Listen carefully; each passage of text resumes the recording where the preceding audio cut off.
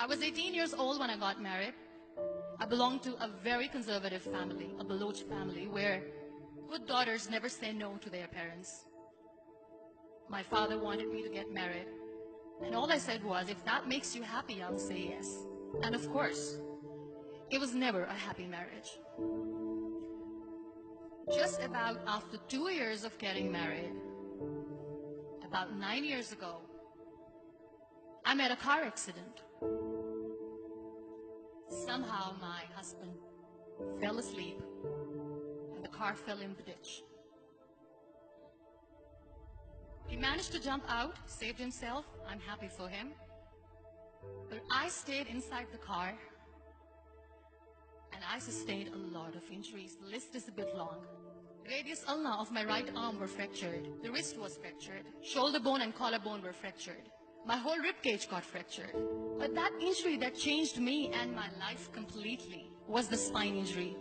Many people came to rescue. They gave me CPR. They dragged me out of the car. And while they were dragging me out, I got the complete transection of my spinal cord. Those 2.5 months in the hospital were dreadful. I was at the verge of despair. One day, doctor came to me and he said, well, I heard that you wanted to be an artist, but you ended up being a housewife. I have a bad news for you. You won't be able to paint again. Next day, doctor came to me and said, your spine injury is so bad, you won't be able to walk again. I took a deep breath and I said, it's all right.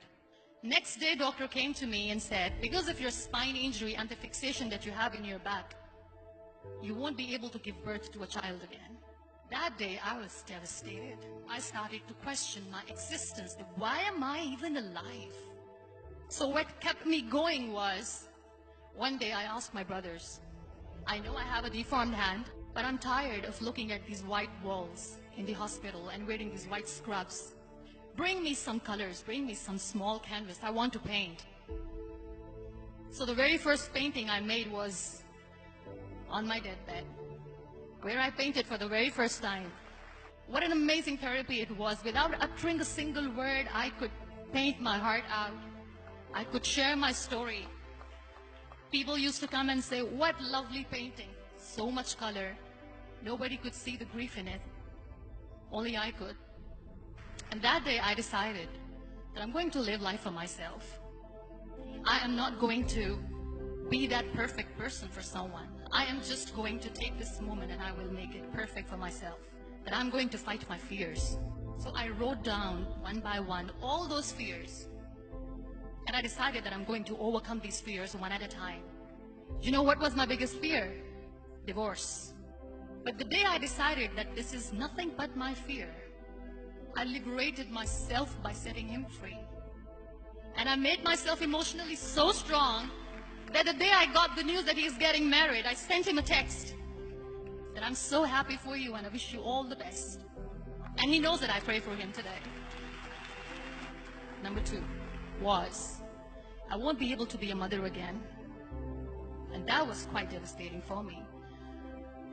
But then I realized there are so many children in the world, all they want is acceptance.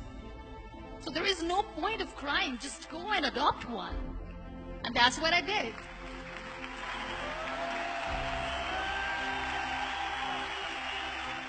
I gave my name in different organizations, different orphanages, and I waited patiently.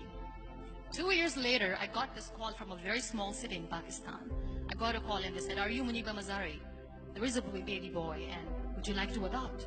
I could literally feel the labor pain. I said, yes, yes, I am going to adopt him. I am coming to take him home. And that day, I was 2 days old, and today he's 6. You know, when you end up being on the wheelchair, what's the most painful thing?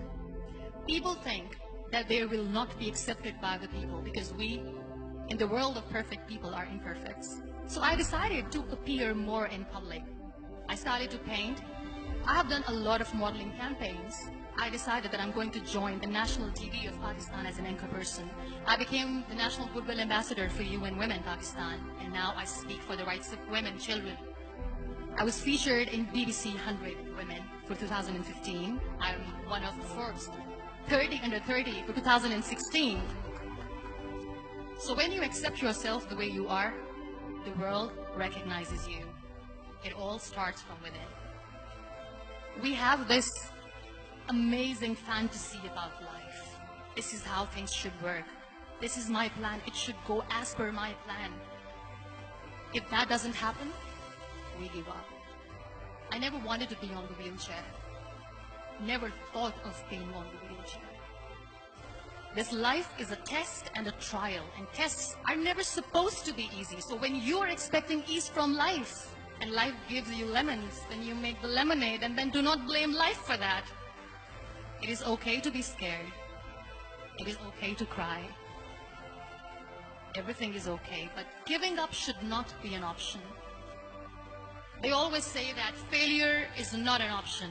Failure should be an option, because when you fail, you get up, and then you fail, and then you get up, and that keeps you going.